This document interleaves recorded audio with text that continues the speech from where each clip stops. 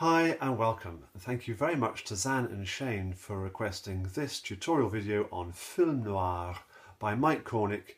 It's on the ABRSM Grade 5 syllabus for 2019 and 2020. It's piece C3. It has a swing feel. So a warm-up, you will be wanting to play your G minor scale.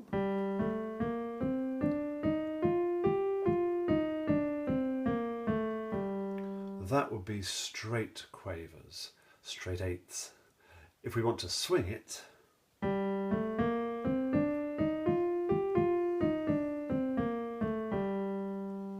that sort of lilt is the feel that we want. Now the piece is structured, like so many pieces, and basically there's two ideas, two sections. And the first is repeated at the end. So we have bars 1 to 16, we have bars 17 to 32, and then we have bars 33 to the end, which is basically a repeat of the beginning, some subtle differences, some subtle variations. We have 48 bars therefore in total. This is a classic structure for all sorts of pieces of music. And let's take each section steadily and slowly from the start. I'm going to talk through, and a nice steady speed for now, something like 1, 2, 3, 4.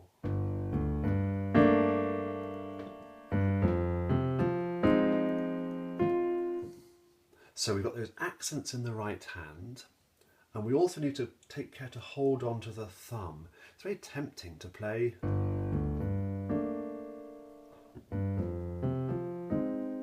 as if that line leads into the chord, which it does in a way, but we want to hold on. We want that full chord sound each time that comes throughout these few bars here. A good way to practice it may be actually to break it down. That comes off on the fourth beat, doesn't it? So 2, 3, 4. 1, 2, 3, 4. 1, 2, 3, 4. 1, 2, 3, 4. 1, 2, 3, 4. 1, 2, 3, 4.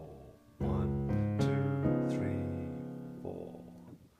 You saw what I was doing? I'm missing out the bits that weren't relevant to that practice. And I was really focusing on lifting that thumb on the fourth beat. And there's some nuances to think through. We've got some crescendos, mezzo forte, building up to forte.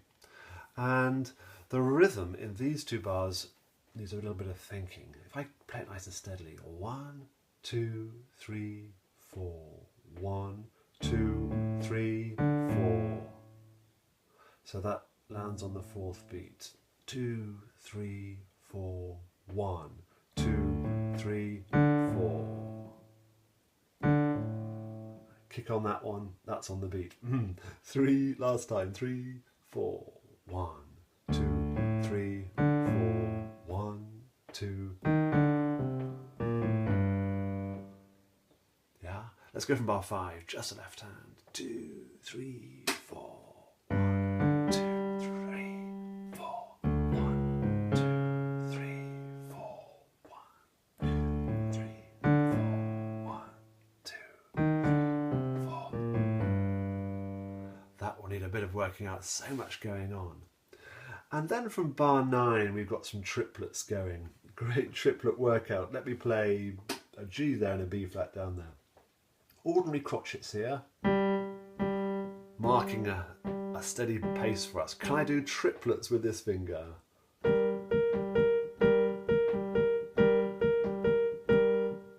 So the rhythm I want is da da da da da da da da. Together.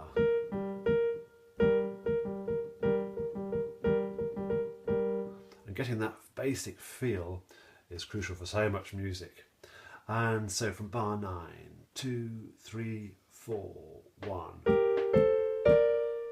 And the tenuto lines is our bold font for music. Bit more weight, lean on those a little bit. And the last one, that's an accent. So lean, lean, accent. 3, 4.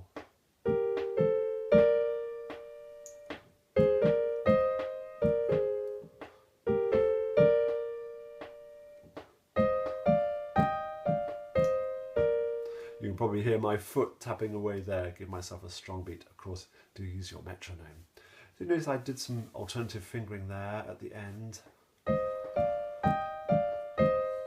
The booklet suggests 2-1, which does work absolutely fine, but to keep that flow of the line, I quite like 4-2 on that chord in bar 13. Now let me try that section from bar 9 with both hands together. 2, 3, 4.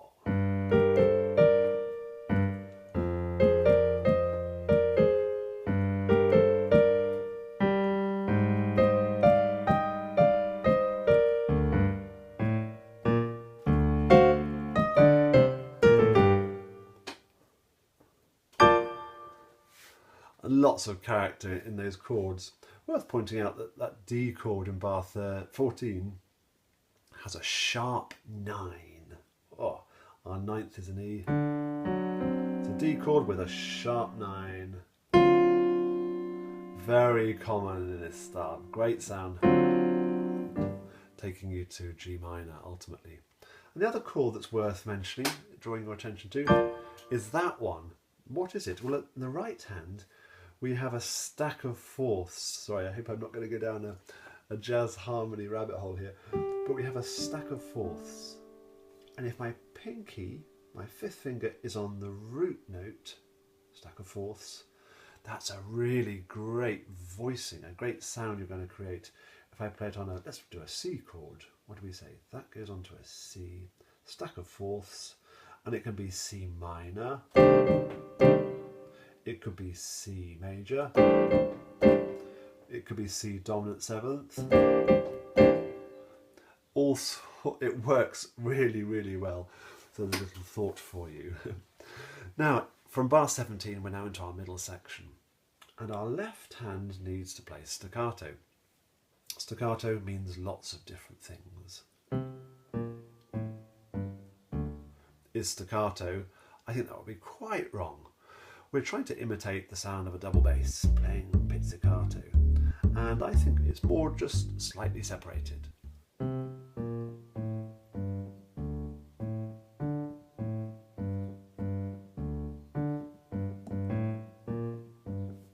That's what we want, I think, with the tune very clear coming out through over the top. Let's try that. 17, 2, 3, 4.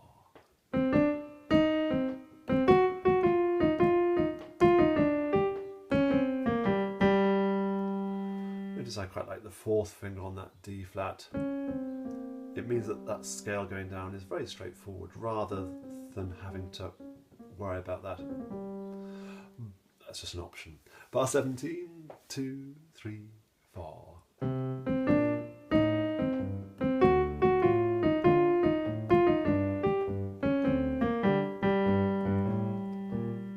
And careful to hold on to that one right the way through, which brilliantly leads us into the next phrase.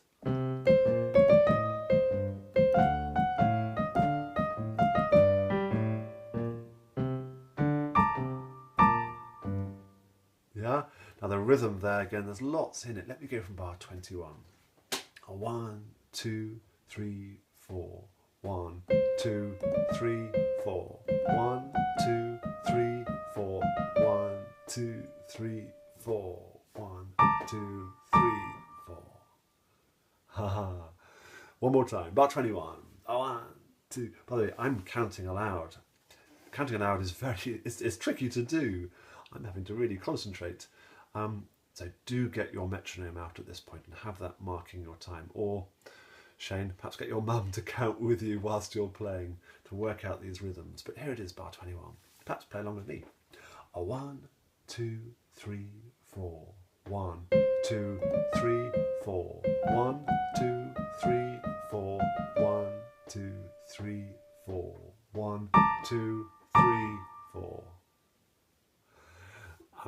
With that left hand, and your left hand is going to keep you, we hope, on the straight and narrow and keep the beats absolutely spot on. And then from bar 25, we've got a sort of the second half of the middle section, if you like. And notice how our bass is now.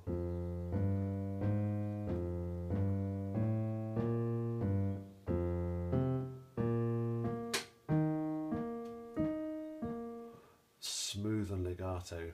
And the right hand, there's a lot going on here. Let's think through it slowly. 25, 2, 3, 4. So the third beat is staccato, both notes, so they both come off at the same time. 2, 3, answering phrase is almost the same, isn't it?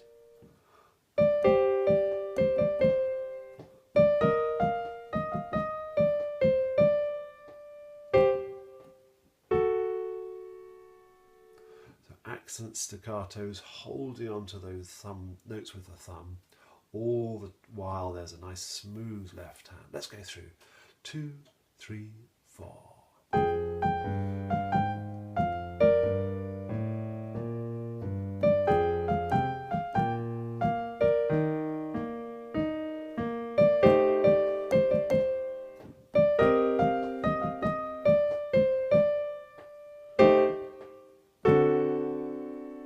Before we're off again, let me now play from bar 17, nice and steady, both hands together. 1, 2, 3, 4.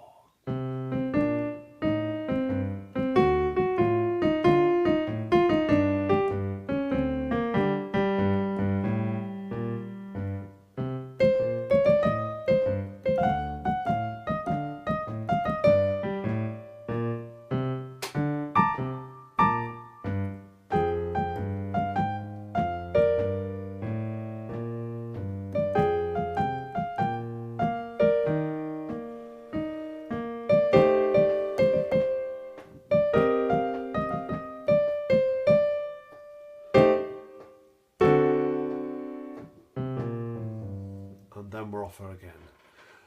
Then the final section is pretty much the same as the beginning, just a few subtle differences in that first line, isn't there? Let's sync it through. Bar 33. 1, 2, 3, 4. Sorry, it's not going to be that finger there, it's going to be fifth finger on the beginning. 2, 3, 4.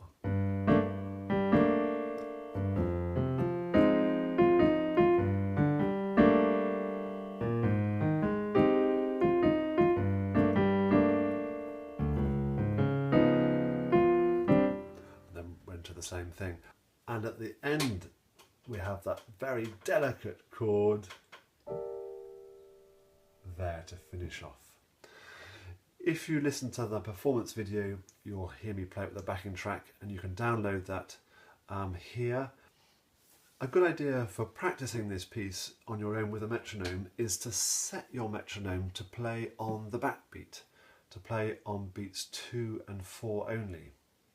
So if I wanted to play this at a nice steady slow speed, I might be thinking 1, 2, 3, for example. I'd set the speed down here. Boom, boom, 3. You see I'm setting, the numbers are changing there. So we've got 80, 82, that's fine. The moment it's clicking on all 4 beats, I'm going to switch off beats 1 and 3.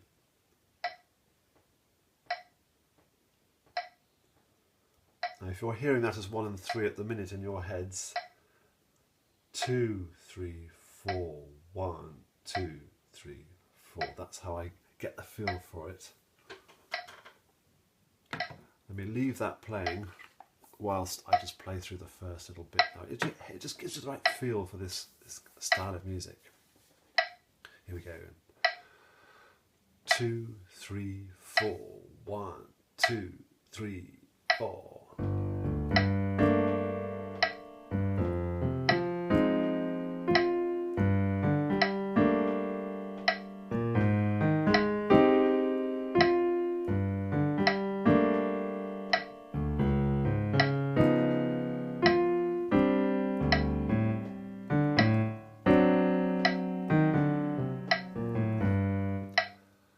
Yeah, so if it may well feel very difficult to do that if you're not used to it, but that will really help give you the right feel for swing music.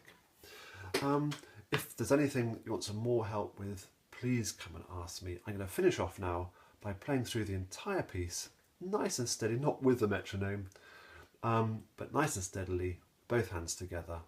Here we go.